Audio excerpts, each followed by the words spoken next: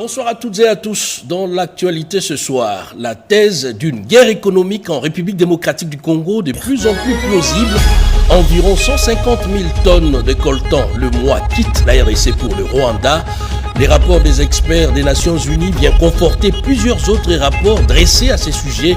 Paul Kagame au cœur d'un scandale international. On en parle dans le détail dans un instant dans ce journal. Focus ce soir sur les prix des produits des grandes consommations sur le marché. Les prix ont-ils réellement baissé ou non? Nos reporters ont tendu les micros au consommateur final. On en parle également dans ce journal. Et dans ce journal, nous aurons un invité. Il s'agit de Richard Pongolu Diongo, expert en entrepreneuriat et petites et moyennes entreprises. Avec lui, nous allons parler de la nécessité de formaliser les secteurs de PME. Bienvenue à tous sur le terrain. Les choses s'accélèrent, y compris sur le front diplomatique. Les briefings presse d'hier, co-animés par les ministres de la Communication et Médias, la ministre d'État, ministre des Affaires étrangères et les porte-paroles des forces armées de la République démocratique du Congo, est revenu sur les derniers développements de la situation sécuritaire dans la partie est du pays. On fait le point avec Jacques Kaboba. Suivez. Cet exercice de redevabilité a eu pour thème la situation sécuritaire dans l'Est de la République démocratique du Congo, évolution des opérations de défense de la patrie sur les fronts militaires et diplomatiques. Briefing animé par le ministre de la Communication et Médias, Patrick Mouyayaka Temboué, avec à ses côtés la ministre d'État, ministre des Affaires étrangères, Coopération et Francophonie, Thérèse Kayikwamba et les porte-paroles des forces armées de la RDC. Le général-major Sylvain Ekenge Bomoussa Efomi a dressé un bilan positif des récents affrontements entre les forces loyalistes et les terroristes du M23 appuyés par l'armée rwandaise. Il a réaffirmé la détermination des FARDC, celle de veiller à ce qu'aucun millimètre du territoire national congolais ne reste entre les mains de l'ennemi. Les forces loyalistes se comportent très bien sur le terrain.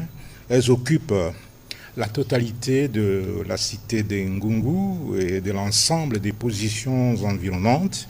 Les combats continuent et les forces loyalistes se sont déterminées à libérer cette partie en dépit des renforts de l'armée régulière rwandaise qui continue à affluer sur notre territoire. Sur l'axe Saké, nos hommes ont réussi à déloger les terroristes de leur position sur les hauteurs de cette cité. Au front nord, les forces armées de la République démocratique du Congo leur ont infligé une bonne correction. Dans son adresse, la ministre des Affaires étrangères a salué les déclarations contre les Rwandais faites par plusieurs États récemment.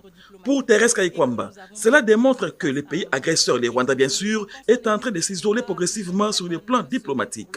Revenant sur les rapports des experts des Nations Unies incriminant les Rwandais, la chef de la diplomatie congolaise a affirmé que cela vient davantage de mettre le régime de Kigali dos au mur. Depuis la recrudescence de violences dans le territoire de Massissi et les violations continues du cessez-le-feu, nous avons aussi vu un bon nombre de déclarations, à commencer par les États-Unis d'Amérique, mais aussi l'Union européenne, la France, le bureau de l'envoyé spécial des Nations Unies pour la région des Grands Lacs, la MONUSCO et, comme vous l'avez évoqué, aujourd'hui aussi le Royaume-Uni. Angola aussi en particulier, ce sont des symboles très importants dans le cadre diplomatique et que nous avons maintenant plus en plus de voix qui sont en train de s'élever et surtout qui sont en train de se désolidariser du Rwanda, qui est un pays maintenant isolé et qui doit assumer le prix politique de ses choix. Pour sa part, le ministre de la Communication et Médias a appelé les Congolais en général et les professionnels des médias en particulier à ne pas laisser la place à la machine de manipulation mise en place par les Rwandais. Patrick Mouyayaka Temboué a exhorté chaque Congolais à se sentir concerné par l'agression dont est victime notre pays, la RDC. Sur les 5 fronts militaires, diplomatiques, médiatiques, judiciaires et économiques, nous allons nous battre jusqu'à ce que nous allons vaincre sur tous ces fronts l'ennemi dont les visages est connu, à savoir le président rwandais Paul Kagame.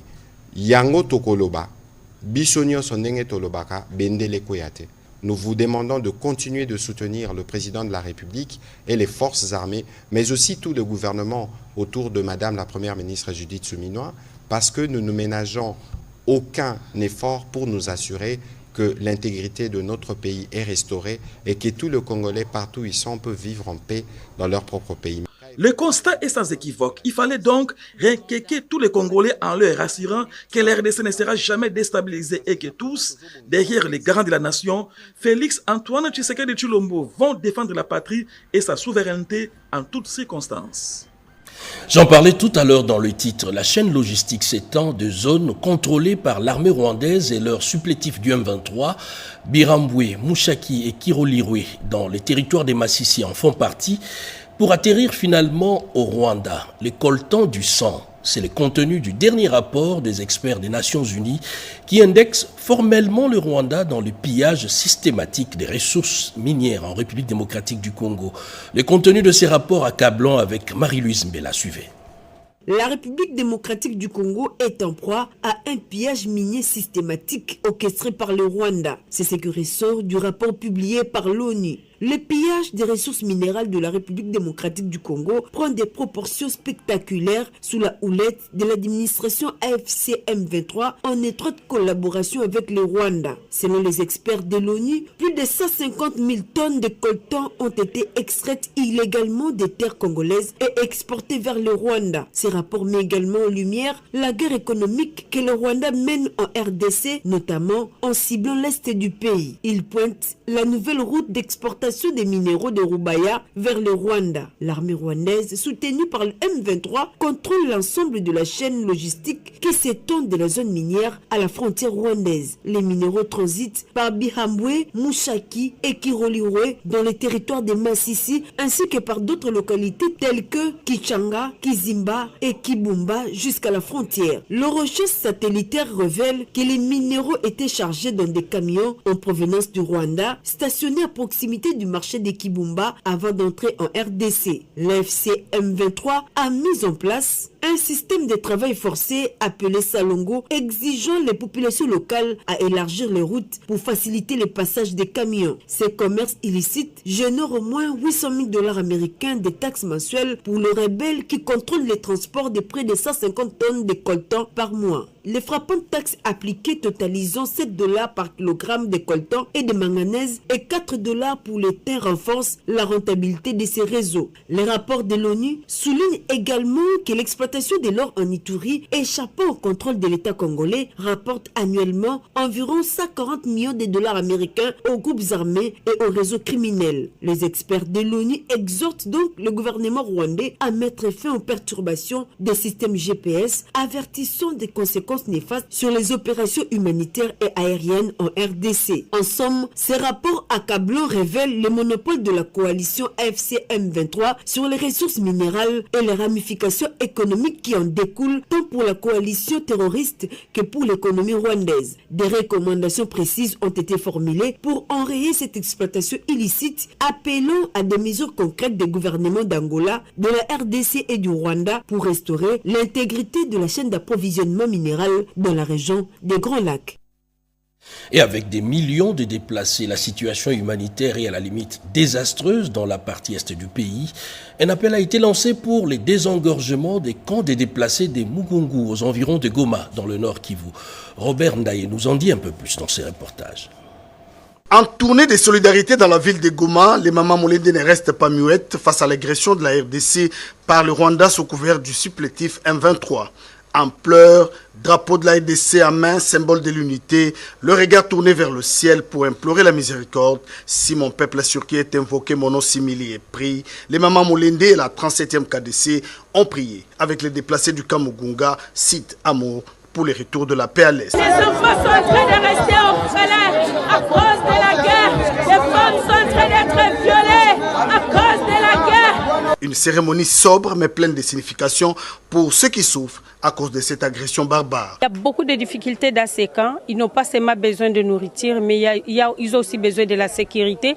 Mais ils vivent dans la promiscuité totale. C'est difficile de garder les gens dans les camps, de déplacer pendant très longtemps. Je m'adresse surtout à nos autorités qu'ils puissent tout faire pour que ces populations puissent retourner dans leur village.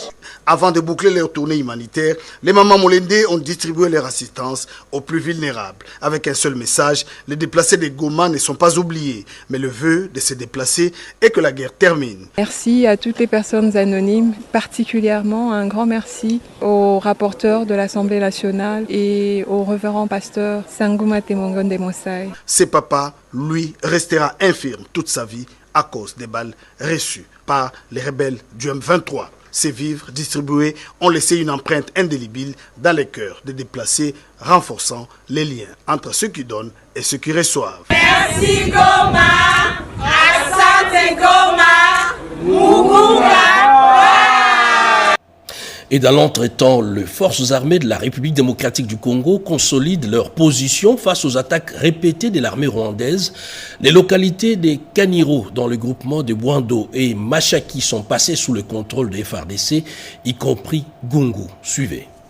Vu cet état de choses, le commandant Tafok Sud Kivu et les commandants Tafok Nord Kivu ont compris qu'il fallait mettre tout de suite, il fallait faire une planification pour riposter, n'est-ce pas, aux incessantes attaques et violations du cessez-le-feu par l'ennemi. Et raison pour laquelle les forces armées de la République démocratique du Congo ont récupéré Ngungu et repoussé l'ennemi et sécurisé notre population qui rentre déjà en Ngungu comme vous venez de le constater. La situation est telle que les forces armées de la République démocratique du Congo, appuyées par les Ouazalendou, continuent à repousser l'ennemi en profondeur, de manière à ce que notre population soit vraiment protégée. Et c'est le travail que les forces armées de la République démocratique du Congo est en train de faire au moment où je suis en train de parler avec vous. Nous observons les cessez-le-feu comme voulu par la hiérarchie. Mais il s'est fait que nous ne pouvons pas. Les forces armées de la République démocratique du Congo ne peuvent pas admettre que les tirs aveugles de l'armée rwandaise et ses alliés fassent du mal aux déplacés et à notre population. Et donc, l'opération Caterpillar 2, planifiée par le commandant Tafok Nord Kivu et le commandant Tafok Sud Kivu, a pour mission de riposter à toutes les violations du cessez-le-feu par l'armée rwandaise et ses multiples alliés. La population de Ngungu, qu'elle se mette à l'abri, son armée accompagnés par les volontaires pour la défense de la patrie, sont en train de faire tout pour que la situation redevienne calme. Au moment où je vous parle, que notre population sache que son armée est en train de repousser encore l'ennemi en profondeur, de manière à ce que la population de Ngungu retrouve pleinement sa quiétude. Plus de 10 millions de morts. L'obligation est faite pour une reconnaissance internationale du génocide en RDC. Pour en parler, un atelier préparatoire a été initié conjointement à Kinshasa par la Commission interministérielle d'aide aux victimes et d'appui aux réformes et le Fonds national pour la réparation des victimes. Yvette Makuntima pour les détails. Depuis 3 décennies, la République démocratique du Congo est le théâtre de plusieurs conflits dévastateurs, souvent qualifiés de génocides silencieux.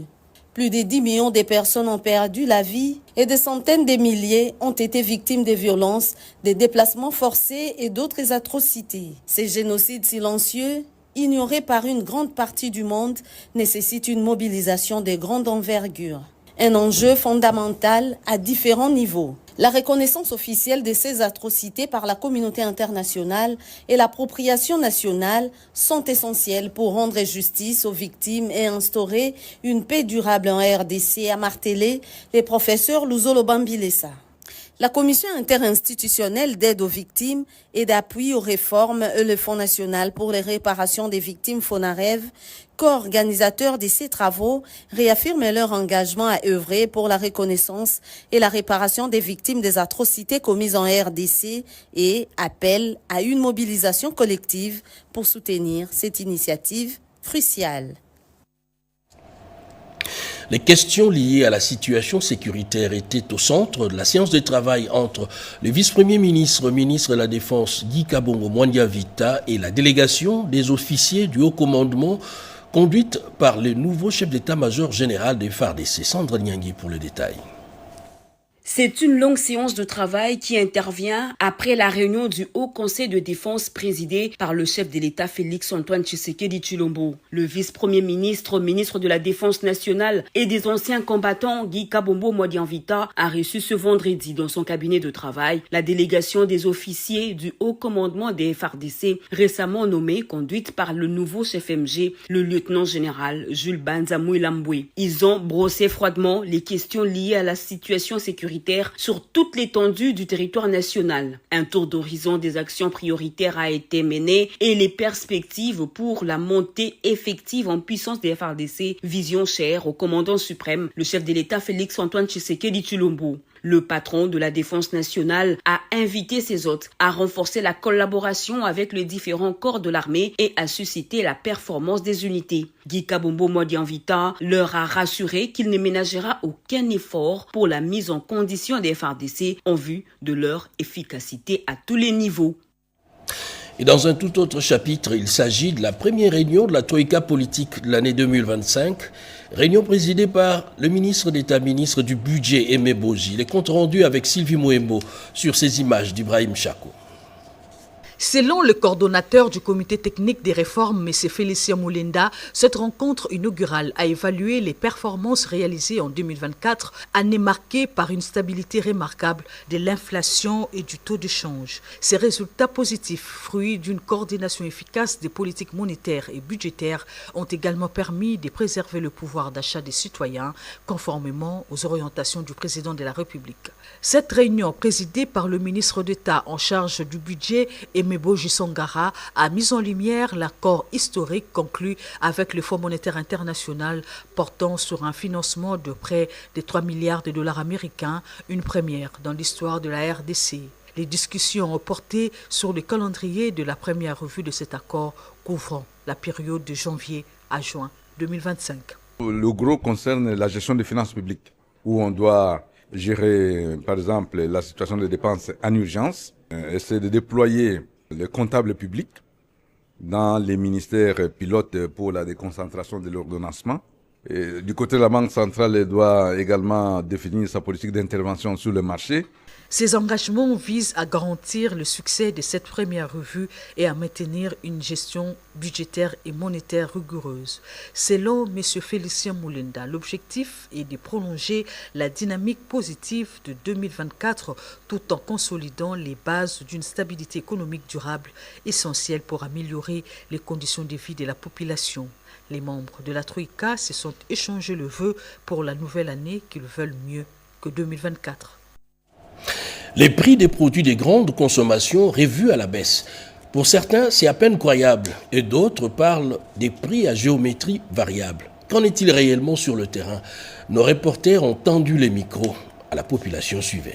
Sous l'impulsion du chef de l'État, Félix-Antoine Tshisekedi Tshilombo, avec la coordination de la première ministre Judith Suminwa Tuluka, du vice-premier ministre, ministre de l'économie nationale, Daniel Moukoko Samba, les prix des denrées alimentaires et autres produits de première nécessité connaissent une baisse sur le marché. Cette réalité est visible à la chambre froide GMK Frozen au quartier Kingabwa dans la commune de Limete qui attire les mondes. Et premièrement, je veux dire merci au président de la République et au VPN parce que GMK, il est les premières sociétés qui ont baissé le prix des vivres frais. Les M, les S, les 2S, les SBS, vraiment les prix sont vraiment abordables. Cette baisse des prix a permis aux acheteurs clients de ces différentes chambres froides de bien passer le fête de Nouvel An 2025 à de bonnes conditions. Je remercie d'abord le chef de l'État, le président Fatih Béton, qui lui accorde vraiment beaucoup d'années. Vraiment, les prix ici, c'est impeccable. Saisissant de l'occasion, la population quinoise félicite le chef de l'État et la première ministre pour l'instruction donnée et respectée à la lettre. Organisation et fonctionnement du cadre permanent et multipartite de concertation sur la biomasse cuisson propre. Nous avons eu tous les secrétaires généraux techniques dans ces